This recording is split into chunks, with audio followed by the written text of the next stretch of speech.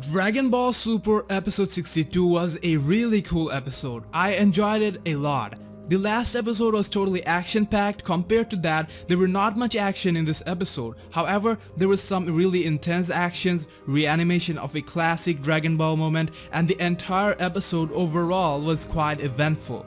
The animation quality was a bit different and inconsistent, but above average. Considering the flow of the arc, this episode was absolutely perfect and necessary, but independently, overall, it's a 7.5 out of 10 type of episode. First, about the new transformation of future Trunks. No, we didn't get any name. The narrator or any character didn't say a thing about it, but we got some more ideas about just how strong the form is. The blue god aura that got everyone's attention flamed up and down. Now, we don't know much about this power-up, so it's hard to guess what's going on.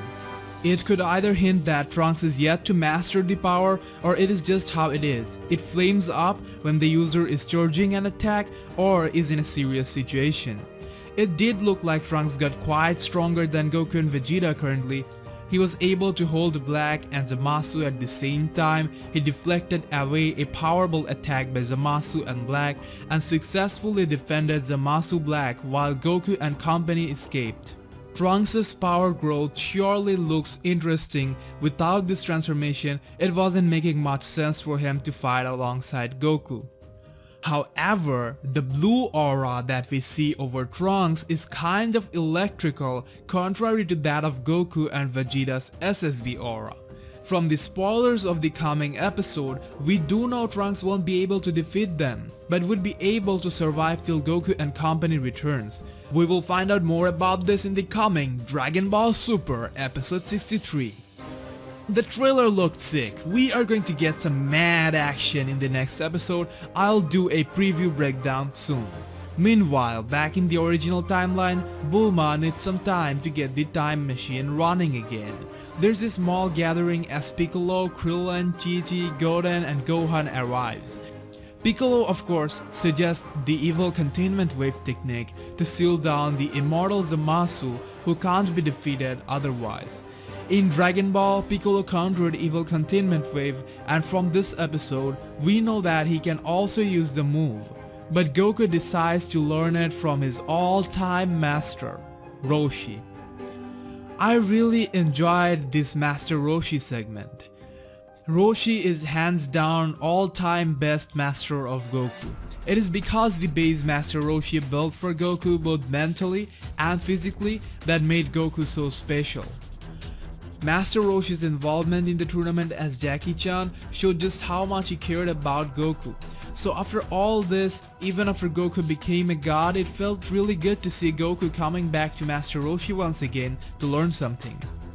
As a big time fan of Dragon Ball, who really liked the time when Roshi trained Goku, even defeated Goku in the martial arts tournament, this episode also showed a reanimated flashback from the time Master Roshi used the evil containment wave on King Piccolo. It always feels good to have flashbacks from Dragon Ball. This segment really touched my emotions and I felt really good about it. Master Roshi alarmed Goku about the risk of using this technique. Evil containment wave, otherwise known as Mafuba, can kill the one who uses it. It is not like that it will kill the user, but it can. Most people brought up the point that Goku is not likely to die from using it because he is very strong. But the thing here, so is Zamasu. Zamasu is not some King Piccolo, but a strong immortal god. So a huge amount of life force would be required to seal him, provided it is even possible to seal him. So the risk remains. We know Tien learned the technique by practicing it just by seeing it for once, that even back in the Dragon Ball days. Goku was always a fast learner, having learned Kamehameha instantly just by observing Roshi use it. Now, they are like billion times ahead of their Dragon Ball self, so Goku ended up learning it overnight. We got some Dragon Ball humor as Goku practiced it on the turtle. Meanwhile, Vegeta probably trained in the hyperbolic time chamber, so we can expect a huge power boost. The title and preview summaries of the upcoming episodes do suggest that Vegeta will be in some hardcore action very soon. Another thing is, in this episode, Gohan finally came to know about the struggle of future Trunks. Then he realized why Trunks came here in the first place and how stupid he was to not even ask him. Gohan did seem a bit worried and looked like he wanted to help, giving us the fans a ray of hope. But Gohan's reaction was nothing like it should have been. I felt like he should have reacted more and expressed interest to help or start training right away. Maybe he could join in with Vegeta.